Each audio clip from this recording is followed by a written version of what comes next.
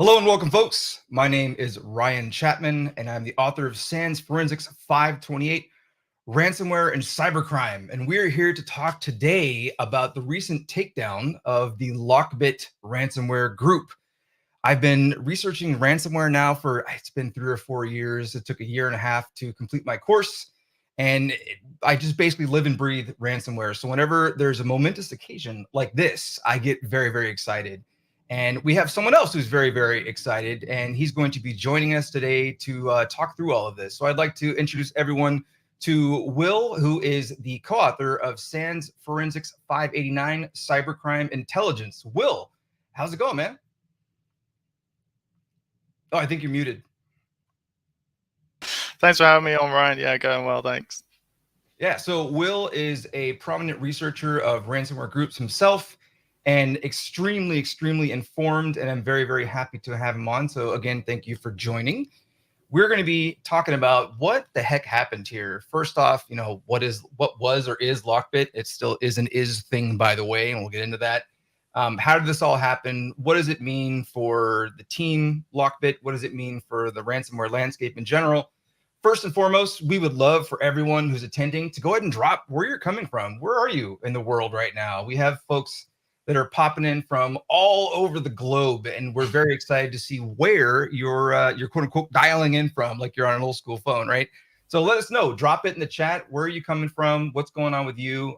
If you have any questions or comments throughout, please drop them into the chat. We will be addressing questions toward the end. So Will, can you give folks a little bit of a background on your experience so folks know who they're talking to? Yeah, sure thing. So I currently work as a cyber threat intelligence researcher and threat hunter at Equinix, as well as being a co-author of the SANS 4589 Cybercrime Intelligence course. And the Cybercrime Intelligence course basically dives into the cybercrime underground, undercover operations, cryptocurrency analysis, as well as intelligence fundamentals as well. So it's been a mega project for me in the last nearly coming up to 2 years now, and can't wait to share it with everyone. But yeah, in my day job, general CTI, threat hunting for a Fortune 500 company as well. Very cool. Thank you very much. My course, Forensics 528, focuses on the prevention, detection, and processes for hunting for ransomware actors when they're in your network. It's an incident response focused course, whereas Will's course is more holistic and talks about overall how to track the threat actors themselves and their methodologies and things of that nature. So very happy to have you here. We're going to be SANS brethren for a while now, it seems, that we've got these two courses running. Yeah, so right. I see folks are coming in from all over the world. We've got India, Bahrain. We've got a number of places in the United States, New York, some from the United Kingdom. So keep those coming. It's really cool to see where folks are coming in from. And I guess we'll just jump right into it. And for anyone who's not aware, and I'd be surprised if some folks were just completely unaware, but LockBit, what is LockBit, right? Or LockBit 3.0, as most folks know them these days. So LockBit is a ransomware as a service group that essentially started in 2019ish. And I'm going to flip it over to Will in a moment for him to give a little more background on their initial kind of coming up in the game, if you will. But more recently, they were responsible for 1,038 different leaks on their data leak site, by far the most out of any ransomware group for 2023. So they were way up there towards the top. In fact, if we look at the numbers, and I'm pulling these from ecrime.ch, one of my favorite places to look for numbers, we've got LockBit in the lead for 2023 by far with 1,038. Next up, we've got 422 by Alf VM or Black Cat. More on them coming up because they were also taken down. That's a big point we're trying to make here. And then Clop came in with 386. That, of course, being related to the MoveIt, I'll call it a fiasco, if you will, the 0 day that hit. And then we have Play coming in next with 308, and then rounding out the top 5 with 8base at 273. So basically more than double of the second team right behind them is what LockBit was responsible for. A massive group with a number of affiliates who was working with them. We'll see how that's going to play out in the future towards the end of this conversation. That's something we want to kind of project. So they basically took over kind of in the wake of the Conti team's disbanding in April of 2022. For anyone who's not aware, Conti was a major player. They were the #1 player in the game, ranging up to that date.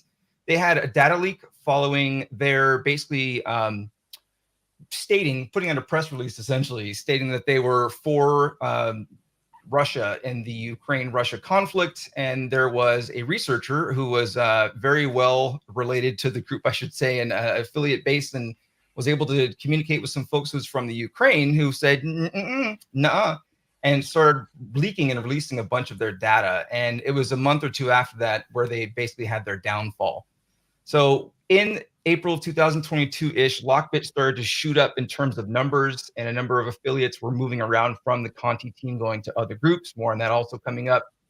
There were two primary personas, if you will, that function as the mouthpieces for LockBit. There was just LockBit, and then LockBit SUP, LockBit SUPP, which is the primary persona that many folks are aware of. It did kind of most of the communicating, even with media outlets and things of that nature. They had a very professional looking website. It looked like a completely legitimate business model, if you will. And they also had like a bug bounty program where they were offering money for people who would give them, bugs and tips and tricks on how to improve their software, their infrastructure behind it, including if anyone could identify LockBit SUP, they were offering $1 million USD. They were very brazen, if you will. I'm saying were, I should say are. Very brazen. At one point, they even were paying people to get tattoos all over their body of LockBit 3.0. And there was a number of 20 plus that were supposedly actually paid out for that based on crypto wallet tracking and things of that nature. So they were a very, very big group. See, I keep saying in the past tense. I want to think of it in the past tense. Yeah, unfortunately. But Will, what about their kind of initial forming? What do you want to tell folks about where they got their origin? So the interesting thing about LockBit is they've been around a lot longer than some people may remember. To be honest, I've been working in the industry since about 2019, which is sort of when LockBit appeared.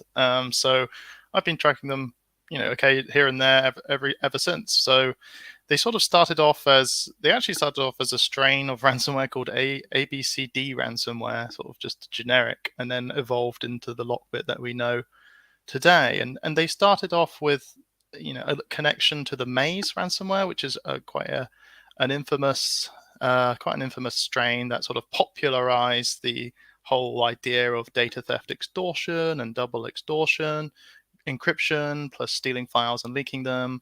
But they weren't actually, fun fact is that they weren't actually the first group to do that. It was actually Snatch ransomware who did that in mid 2019, and Maze sort of took that and improved on it in towards the end of 2019. But LockBit actually began, they sort of caught the wave and rode into it and aligned themselves with Maze ransomware, and even started publishing their own victims on the Maze ransomware's leak site. So they kind of were starting to form what's known as the Maze cartel of ransomware families. But then, eventually Maze went away. They sort of shut down of their own accord, and eventually came back and rebranded as other strains, like Egregore. And I think they're sort of connected to Cactus ransomware now, which is a currently active version, a distant relative of Maze, if you will. But LockBit went their own way. They understood the business model and they improved on it 100 or 1,000 times. So much appreciated. So overall, let's talk about what happened. There was a takedown, law enforcement takedown, right? So Will, I'll toss this over to you. What happened? Who took him down? So that was a coalition of law enforcement agencies, also known as Operation Kronos or Task Force Kronos. It was sort of led by the NCA, the UK National Crime Agency, and the FBI. And they had support from other law enforcement agencies as well, of course, as they always do, and they work together on against ransomware because ransomware is a global issue. So you have to cooperate with international partners. So basically what happened is the law enforcement agencies, suddenly if you go to the LockBit site, a giant splash screen would show up saying, we have taken down LockBit, we've infiltrated them, and we've got all their information. It's kind of funny because they actually remodeled the leak site that they used to publish victim data to publish LockBit's own data. So they kind of really humiliated them in a way, and it was it's a historic takedown. I think we would be talking about this for years to come. Yes, very much so. In fact, you mentioned the splash screen. So we have on the screen now, this is, or I should say was for a bit, maybe it's still up right now. I didn't check in the lab right before we started streaming. I should have checked. But this is the former LockBit data leak site, or DLS. And as you can see, if I zoom into this bad boy, you'll see that it was essentially taken over by law enforcement. And as opposed to having leaks from various organizations and companies and sample files that were stolen and threats for data to be sold and or provided publicly, we rather have information concerning the actual takedown. And so you'll see up at the top left-hand side up here, we've got press releases. We've got some information about them wanting to basically reveal the identity of LockBit SUP. We've got a link to the recovery tool that was built, and we have information about LockBit keys. So in regard to what they were able to do with this overall takedown, I'm just going to provide some numbers here. We're going to swap over. If you go to for528.com/LockBit, and I think we'll try to pop that onto the screen or at least put it in the chat here. Oh, there it is. It's in chat now. Thank you, Stephen. Much appreciated. These are some of the numbers from Operation Kronos. And so we see that we have over 10 countries involved in the primary core task force. There were another 4 to 6 or so involved, though, that helped out and made this possible. There were 2 physical arrests, and that was in Poland and Ukraine. Yep. And there were more than 200 crypto wallets that were frozen, a number of assets that were frozen, 34 servers that were taken down, and over 1,400 accounts that were basically deleted. Now, a note on that, there's been a bit of recovery from the LockBit team. Not sure exactly how many of these things have been spun back up, but we'll leave that for a little further in the conversation. And law enforcement, yeah, definitely took control of their leak site. Again, as we see up here, you'll see information, for example, about the account closures. They were saying, hey, look at all these accounts that were closed. And the leak site itself was essentially closed because, yes, duh, it was taken over. There were multiple indictments. There's at least 5 indictments out that I'm aware of or have read about. There was a list of 194 different affiliates that were directly involved in LockBit matters. Now, when I say a list of them, I mean their online persona names were leaked out, if you will. So, what does that actually tell you in terms of the actors? Were currently unsure just how much law enforcement truly knows about these individuals.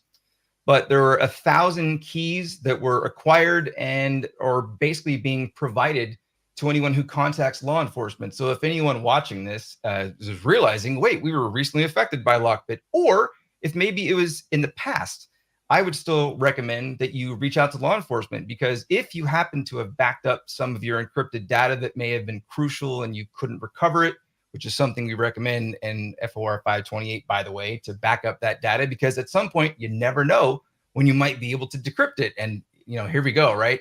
And then also on the No More Ransom website, once again, that's No More Ransom, there is a decryptor that is now available. So, Will, what more do you want to add to essentially, what was done or able to be done because of the takedown?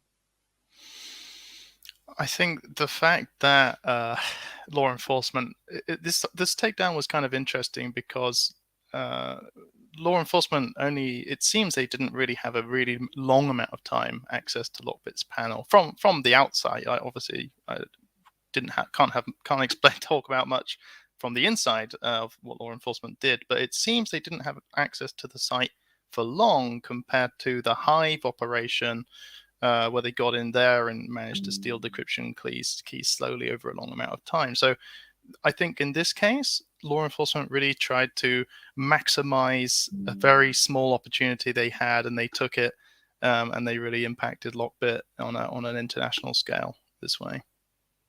Will and I were talking just before the stream, and we were talking about the access that law enforcement had. So I'm going to change the screen over. Here is a screenshot on the back end, essentially one of the administrator pages of LockBit. So this is law enforcement showing, look, we had access to the infrastructure and we had access to the back end that only typically the operators would have had. And here's another screenshot basically showing some of the conversations. So the communications and negotiations and things of that nature. But they can get like cryptocurrency addresses from those as well. Yes. Yes. And that's something that you folks cover in your course, right? The tracking of those bad boys? Absolutely. Yeah. That's one of the primary things to go for if you're trying to tackle one of these ransomware organizations is follow the money every time. Yes, follow the money. They try to tumble it. They try to clean it. They try to get it out. One of the articles that I read noted that there were over 500 active wallets, and that out of those, there was around, and this is only analysis of 18 months out of the overall data set, by the way. So the numbers will be bigger than this, but it was $100 million that was received by the LockBit team itself, their team. Their model is a bit different. And I personally believe, and I'll get your opinion on this, Will, too, so cue it up, that one of the reasons they were more successful than other groups is because what they started to do was allow the affiliates to collect the money and then actually pay them, versus in other groups, it was the exact opposite.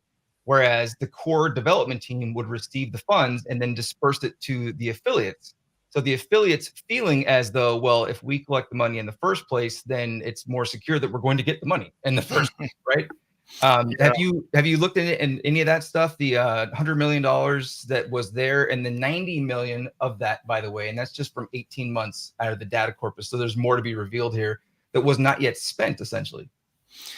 Yeah, I think that's definitely a great point to raise, is that LockBit's as a ransomware as a service model was different to other groups, and LockBit would only take a 20% cut of the ransom. So that $100 million that LockBit has means that 500 million has been paid in ransoms by other affiliates and things. So it's a massive operation. And I think the law enforcement agencies also raise the fact that if you calculate how many companies were hit there and the cost of a breach per company, we're talking billions of dollars in damages and costs in recovery, in rebuilding, in consulting, and whatever. It's just a mega black hole on the global economy, really.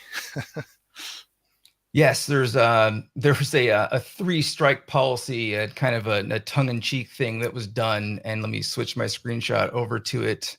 Over here, the LockBit SUP was actually banned from 2 of the largest, I should say large, I'll go with largest for now, especially in terms of ransomware. We'll just call them a darknet forum where these threat actors communicated. Exploit.in, XSS.is, those are the first 2 strikes. They were actually banned, or technically LockBit and then LockBit SUP were banned for it seems like there was some issues with them maybe not paying affiliates. So maybe that model started to break down over time, and possibly that could have led to some overall issues, maybe even leading up to this. That's just conjecture, by the way. And then the 3rd strike was you've been banned from your own system. You've been banned from LockBit 3.0. And Well, what do you think about them being banned from the forums as they're trying to rebuild, but being banned? What are your thoughts on that? So the forums are the central hub of how these ransomware groups recruit their affiliates from. It's how they market their services. It's how they get groups to come in. So if they have been denied access to these forums, then they basically are missing out on being, actually being able to grow as a service. I think one of the, like you mentioned, the Conti disbandment was one of the reasons that LockBit really blew up in the number of affiliates. Probably the same thing with the REvil shutdown as well in January and the arrests there. Every time a ransomware group was shut down, it seemed that most of the affiliates would just migrate over to LockBit. And the funny thing is about LockBit is that the organization is contactable via their messaging application. So if you have the code, then you can contact the operator and come up with a deal of how to become affiliate. The problem is, ever since this takedown, he now no longer can trust his affiliates, because this takedown was probably most likely something to do with one of those affiliates being arrested and flipped. Law enforcement basically pen testing the back end via the affiliate panel, and it's the ransomware panel itself is a single point of failure. It is something for law enforcement to go after, whereas if these 190 affiliates or so, it's really difficult to go after each one, figure out what country they're in, work with local law enforcement, all of that stuff. But if you go after the one panel, you can kind of get 190 for one. Yes. Okay. We're going to kill the screen share for a moment now. We'll just have some talking heads for you. And we're going to talk about essentially, so how did they do this? How did the law enforcement get in? Now, how they specifically did it is currently a mystery to most of us in the world. However, LockBit Sup, again, the primary persona who is has been very even more vocal actually about the ongoings of the team, was made a statement, and it's a very long. It's a bit rambling, to be honest. Seems like he may have been perturbed at the time for obvious reasons. But he mentioned that it looks like it could have been a PHP vulnerability that was exploited. Specifically, the one that I just dropped into the chat, CVE 2023-3824, if anyone's interested in looking that up. But he's not specifically aware of how it was done. He, in his statement, notes it may have been this because he didn't update PHP. And I just think that is, what's the word I want? Hilarious. He should have invested in a TVM program, right? Right. I mean, come on now. One of the primary ways that ransomware actors get into an environment, right, is software vulnerabilities. And that has been going up and up and up and up in numbers over the years versus the other top two, which are remote desktop protocol and just standard phishing, basically. So having the possibility for this all have been possible because law enforcement noticed, like, oh, look, he's running old stuff, right? They're running old things, and there's a known vulnerability, and I'm just going to go, boop, boop, and then, okay. There was also a note in this statement by LockBit Sup that it may not have specifically been this CVE. It sounds like maybe they didn't run the best forensics on the whole thing.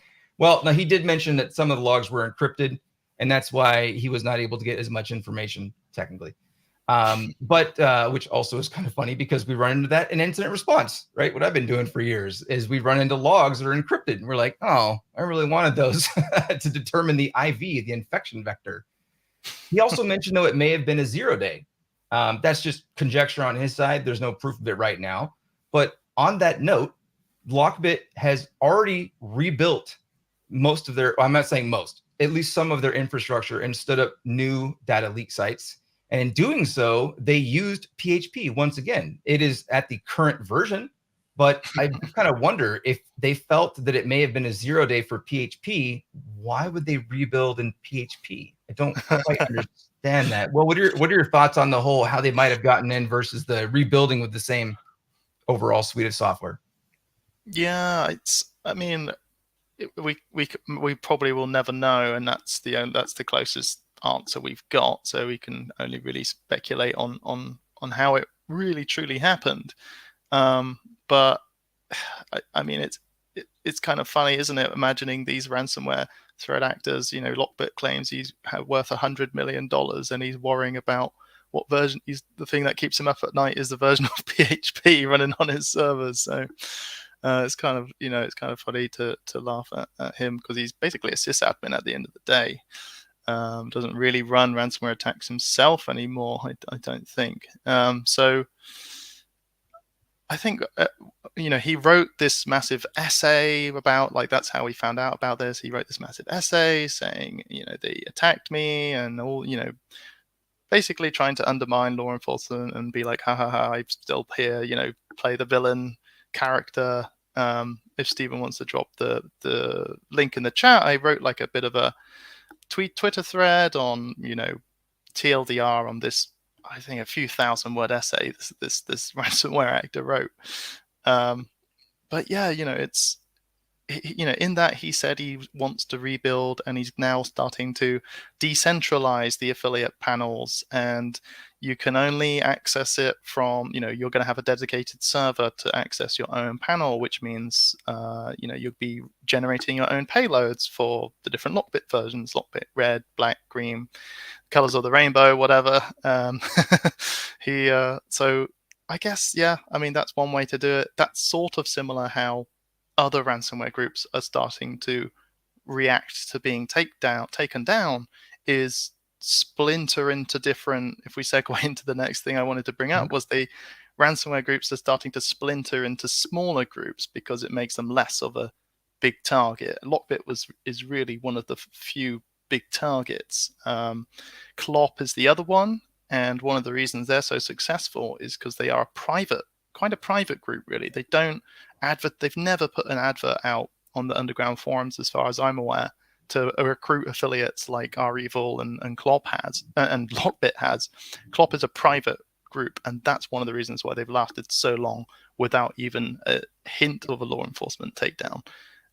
And that's much harder to stop, and that's much easier for them to just keep going, especially if they're in a safe haven like Russia. Speaking of takedowns and law enforcement involvement, this is not the first time that we've seen this type of activity. In fact, far from it. Their previous competitors were taken down and kind of led to more of a proliferation of their team and to bloom out and become bigger. So what are some of the more recent groups that we've seen that were prominent in their day, but have since essentially had to move to other groups or cease activities? So in January 2023, we saw Hive be taken down. In late last year, I think October, November, we saw Alpha Black Cat being taken down. And those were law enforcement targeted, basically hacking back operations. They got into their system and took it down from the inside. Maybe there was also potentially some affiliate arrest and inside, plea deals and whatever's going on. You never know what's really happening with law enforcement behind the scenes until years later. Especially if you look at, if you compare back, maybe 10 years ago now, the big problem that was on everyone's mind were these darknet drug markets like Silk Road and Alpha Bay and things. And we saw comprehensive law enforcement operations to target the admins. So Silk Road, they social engineered Ross Ulbricht to be able to gain access to his laptop. But they can't really do that here because all the operators are in a safe haven like Russia. So it's definitely interesting to see law enforcement try and fight this almost impossible battle. And when they get a massive victory like this against LockBit, it's great to see. So speaking of which, I'd like for both of us essentially to kind of speak a little bit to what does this mean for LockBit? First off, I'll reference there's two questions in the chat. There's a couple, but there's some that we've already starred for follow-up essentially. And it's, didn't they already rebuild? It is one. So the overall question is, what does this mean for LockBit going forward? The answer to that is yes, they've rebuilt. As part of the statement, there was LockBit stuff noted that I believe he said all servers. I believe he said all, but don't quote me on that part. We're already backed up and have been recovered and are up and running and functional now. but they're not going to experience a zero fallout from this. That's not possible, right? So my big takeaway is that I believe that more and more affiliates are going to be afraid to work with them because of what's happened. And if they're afraid to work with them, then they might move to other groups. They might form their own smaller core groups. There's been so many builders and just ransomware source code and things that have been leaked out in the past number of years that we see a lot of these smaller groups being spun up. Like we still see evidence to this day of the Babook builder being utilized. LockBit's builder has been leaked. It's sitting on VX Underground for everyone to review. Kind of like they're just out there. I think that the core problem they're going to have is gaining trust within the communities. The darknet forums already, they were losing trust right around this time. And now they're going to have less and less, which is a good thing for all of us, by the way. I'm saying it like it's a negative thing. No, this is a good thing. It's a good thing. That'll want to work with them. What about you, Will? What do you think in terms of the future of LockBit? Yeah, I think it's incredibly difficult for him to carry on under this brand. One consideration to think about is the fact that 5, 6, 7 people have been arrested or sanctioned. So if you're going to pay, if your organization is going to pay a LockBit ransom, then you're paying a sanctioned entity, much like Evil Corp. When Evil Corp was sanctioned, just no one would touch them with a stick, and no one wanted to risk paying that sanctioned entity.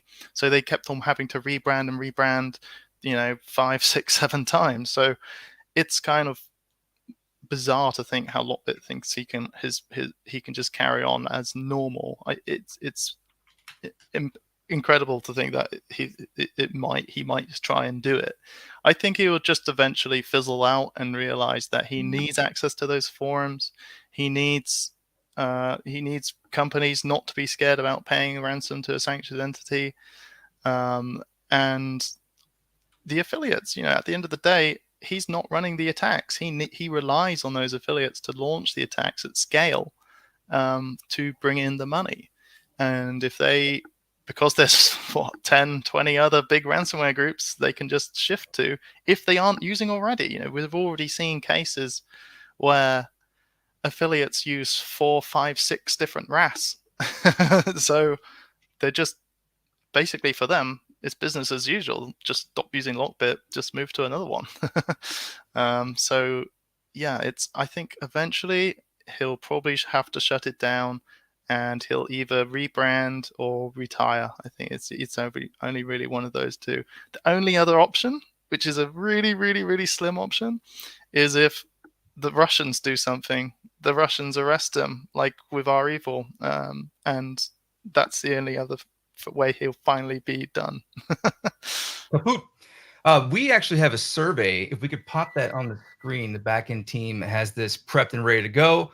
So you can participate in this survey by just scanning the QR code with your phone or going to slido.com, as you see on the bottom left-hand side of the page here, and entering number 2755653. The question is, will LockBit return to its former glory?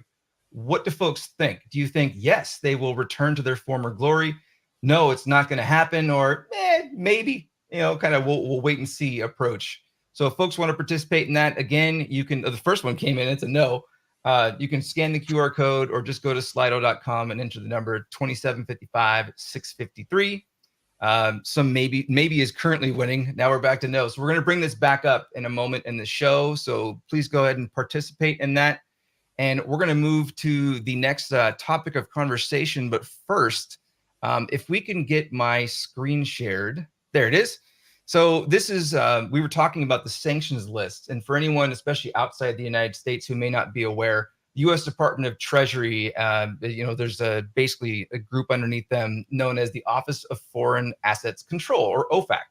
And they have what you're seeing here on my shared screen, the sanctions list search tool. And essentially it's a way to identify where there are sanctions already imparted, such that payments to them is not something that you want to be responsible for, that you want to be affiliated with. So I just wanted to throw that out there. Countries have their various sanctions lists, and OFAC is who basically runs this in the US. So I just wanted to throw that out there for anyone who may not have been aware. All right, we can kill the screen share. And I want to move on to one more question for us to kind of ponder before we move into actual questions from everyone online. And that is, what does this mean for ransomware overall? What is this? What's going to happen? There have been a number of folks on, Twitter or X, or as John Hammond says, Twix, whatever it's called now, right? Who have essentially said, I love when he says that, essentially said that, ransomware's going away. These big groups keep getting taken down. It's not going to be a thing anymore. So I'm going to throw that right to you, Will. What are your overall thoughts on how is this going to impact ransomware? What's the future of ransomware? Yeah, I think we are definitely going to see a rise of these, or a continuation of these groups that are more private and closed off. Those are the ones that law enforcement really struggle to deal with, due to that fact. We have Clop, who's been going since 2018. We have Fin12, who's been using a few different ransomware as a services, but they are a sort of a core team of pen testers or red teamers, whatever you want to call them, cyber criminals that use various different ransomware as a service, and they can just chop and go. So I think we're going to see more smaller splinter groups and more private closed off groups. I 100% agree with that. There's a researcher out there who I'm very fond of, him and his work, Alan Liska from Recorded Future. If anyone's not familiar with him, yeah, shout out to Alan. Go follow him and check his stuff out. He's amazing. And he has been giving a talk for about a year or two now, if not longer, maybe, about the de-razzing of ransomware and how these very large RAS operations are starting to be fewer and far between, whereas these smaller splinter groups have been forming and feeling more secure in doing so. And I think at this point that his future statement is becoming a reality statement at this point. And I totally agree that we're going to start to see more of that. The ransomware is not going away. It's far too lucrative.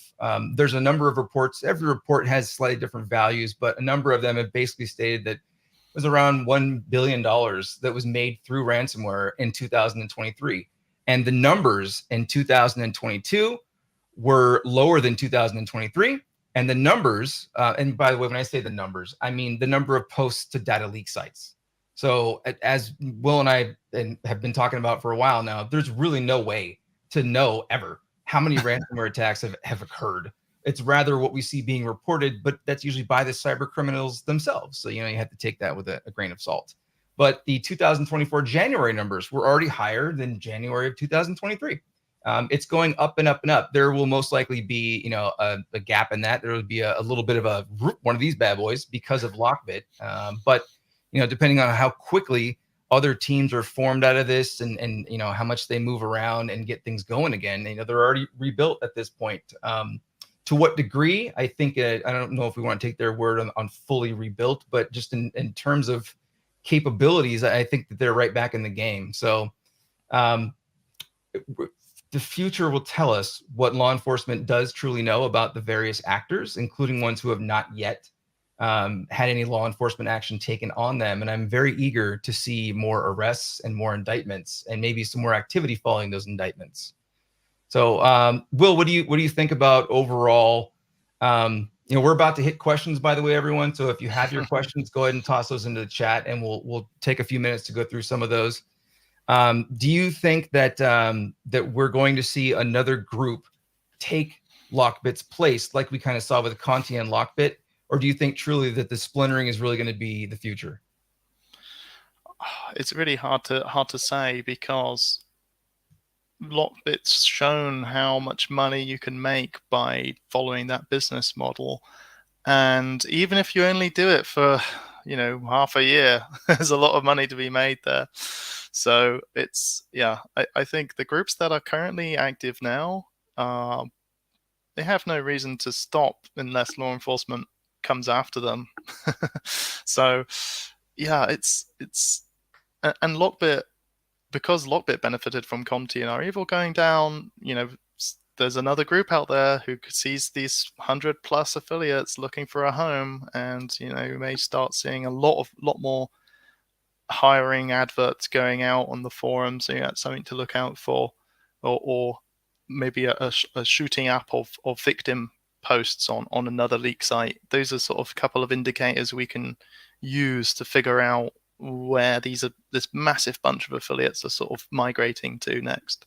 But it takes time to really truly calculate that. Yes, time will tell on that. For sure, it will. We're going to move over to some questions that we have. So one of them, I actually really like this. I'm going to pronounce the name Akash. I apologize if I said that wrong, but I like this question. Do our medium-sized businesses have access to enough first responders for ransomware recovery? And I'm going to take that one first, Will, because I worked in the direct IR game for 4.5 to 5 years before recently moving to managed threat hunting at my quote unquote day job. And my answer is no, not at all.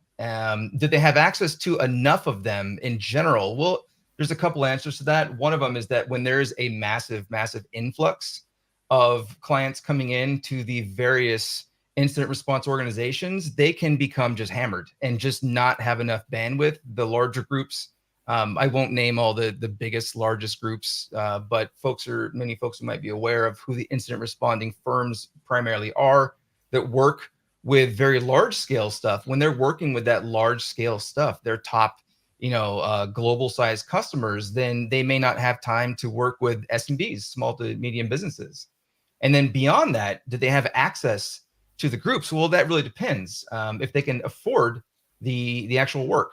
And so incident response is it's an extremely detailed process, and it requires a number of people who have for years been working these types of cases to be on board. Essentially, what I'm saying is it's not a cheap date. If you don't have cybersecurity insurance, it's oftentimes more than a medium-sized business can even pay. And sometimes, unfortunately, some of these medium-sized businesses look at the ransom and go, you know what, it would just be cheaper to pay that ransom, than even just pay for an IR group and hope that we can recover. And it's very unfortunate. I would love to see government organizations around the world do a little less you should do and do a little more let us help you enable to do the following. And I don't know where those funds are coming from. It's cute when I say that. I don't have to deal with moving those funds. Oh, sure, Ryan, whatever. But I'd love to see it. Will, what are your thoughts on that? Medium size, and I'll throw in small businesses dealing with IR. Yeah, small businesses doing IR, responding to ransomware. So I have quite a few friends that work in incident response, and I chat to them about the latest trends and things. And here in the UK, the UK NCSC does a lot to help small businesses, and they are very proactive on saying reach out to us if you have the issue. The NCA, I can only really speak to the UK, but the NCA and the NCSC do a lot of stuff to help small businesses. However, they are probably overwhelmed with the amount of ransomware attacks that get reported, because second to the US, the UK is right behind you in number of ransomware victims. So it's a real problem for us. And my friends who've worked cases have said to me, this company we're here doing instant response for them, but there's no way they've already said we're going out of business. Stop doing IR, mid IR. And it happens, so it's really, it involves insurance, legal, police, government. It's the biggest challenge your business will ever face in many regards. You may be worried about if when's the next delivery of stuff, but if ransomware is delivered, it's game over for some. There's a lot of questions, and we want to try to keep this. Our original goal was 30 minutes, and we have two folks like Will and myself together. Good topic. That's not going to happen. No. Yeah, there's a lot of questions to cover here. I like this one though, because I think that it's very important that more folks know about this. So someone just says LinkedIn user on my screen, but it says shifting left. IABs, which are initial access brokers, and it's on the screen right there for you. Info stealers help ransomware groups. Has Google or other browser software companies attempted to address info stealers in a practical way?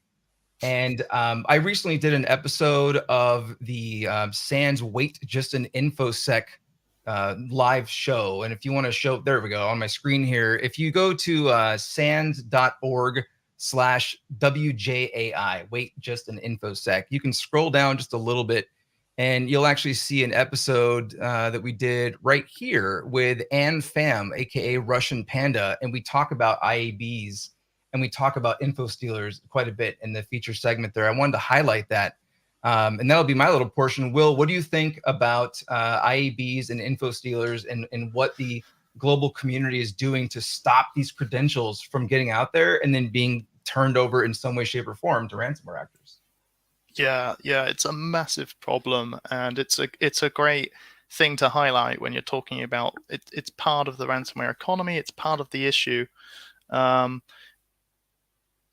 4589 cybercrime intelligence, we go through the info stealer lifecycle, the ecosystem, the marketplaces, the whole from malicious spam email or cracked software all the way up to ransomware deployment. It's a huge thing, and it's a good point to focus on the fact that these credentials are stored in the browser, and should browser companies be responsible for securing those credentials, or is it up to the user to secure the credentials in the software they're using? Password managers exist, multi-factor authentication exists. You don't have to store them in the browser, but yes, it's a tricky one. And I think they might be alluding to an issue that's sort of crept up in the last 2 to 3 months, is this whole premise of a zombie cookie, which in Google Chrome, if someone steals the credentials from your browser, the cookie, the authentication session cookies, even if it expires, there's actually a technique that a couple of stealer families were using to regenerate that cookie, and log into your Gmail account, get the synced credentials across your accounts.